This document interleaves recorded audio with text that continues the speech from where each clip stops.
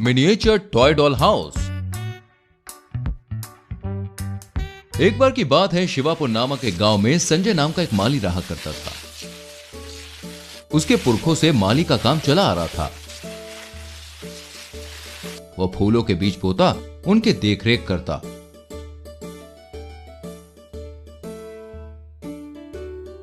फूल सींचता और जब उसका बगीचा तैयार हो जाता तो माली फूलों को बेचकर पैसे कमा लेता।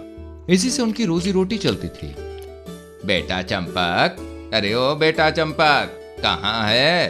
तभी संजय देखता है कि चंपक फूलों के बाग में फूल तोड़ रहा है। अरे ओ शैतान लड़के, ये क्या कर रहा है तू यहाँ? पता है कितनी मेहनत से मैं इन्हें सींचता हूँ, खाद देता हूँ, और तू है कि फूलों को नोचकर बर्बाद कर रहा है। चल जाकर पढ़ाई कर, आया बड़ा।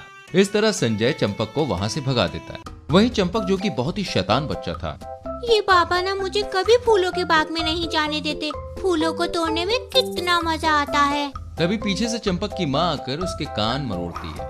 अरे माँ, छोड़ो ना, दर्द हो रहा है।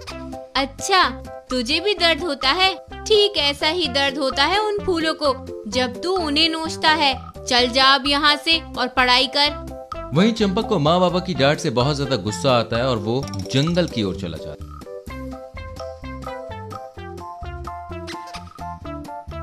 तभी जंगल के रास्ते में उसे एक नारियल पड़ा हुआ दिखाई देता है, जिसपे वो जोर की लात मारता है और वो नारियल वहां से उड़ जाता है। वहीं कुछ देर बाद चंपक के कानों में किसी के बहुत रोने की आवाज आती, जैसे मानो पास ही बहुत सारे लोग रो रहे हों। तभी चंपक को एक आवाज आती, हुई हुई, तुमने घर तोड़ा, तुम बंधी, तुम बंधी।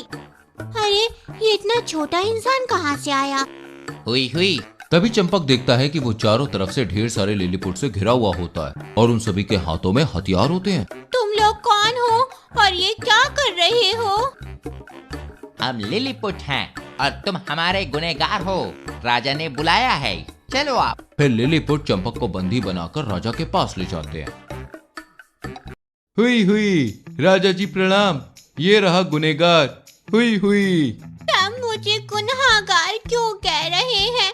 आखिर मैंने किया ही क्या है? ये तबाह हुआ गांव देख रहे हो तुम? अभी कुछ समय पहले तक ये सब घर सही सलामत थे। अभी तुमने एक बड़े से नारियल पर पैर मारा था ना, वो नारियल उड़कर हमारे गांव में आया और वो इतना बड़ा था कि हम में से कोई भी उसे रोक नहीं सकता था, जिस कारण नारियल लुढ़कते हुए हर घर पर जाकर लगा और सारे घर कच्चे होने के कारण वो तहस नहस हो गए। तभी चंपक को उस गांव की हालत और वहां के लोगों को बेघर होता हुआ देखकर बहुत बुरा लगा। आप लोग टेंशन ना लो, मैं आप लोगों के लिए नया घर बनाऊंगा। फिर चंपक लिलीपुट गांव के हर लिलीपुट परिवार के लिए मिनिएचर डॉल हाउस तैयार करके देता है, जो कि लिलीपुट के रहने के लिए बहुत ही अच्छा था। उन घरों में हर एक सुविधा होती है और वो देखने में बहुत ही आलीशान होते हैं। वहीं वो लिलीपुट गांव के चारों तरफ छोटे छोटे फूल लगाता है, जिससे वहां के लोग सुरक्षित रहे और उनके गांव फूलों की महक से महकते रहे। चंपक, तुम्हारा बहुत बहुत शुक्रिया बच्चे, तुम दिल के बहुत ही सच्चे हो। काफी खूबसूरत मिनिएचर हाउस है ये तो।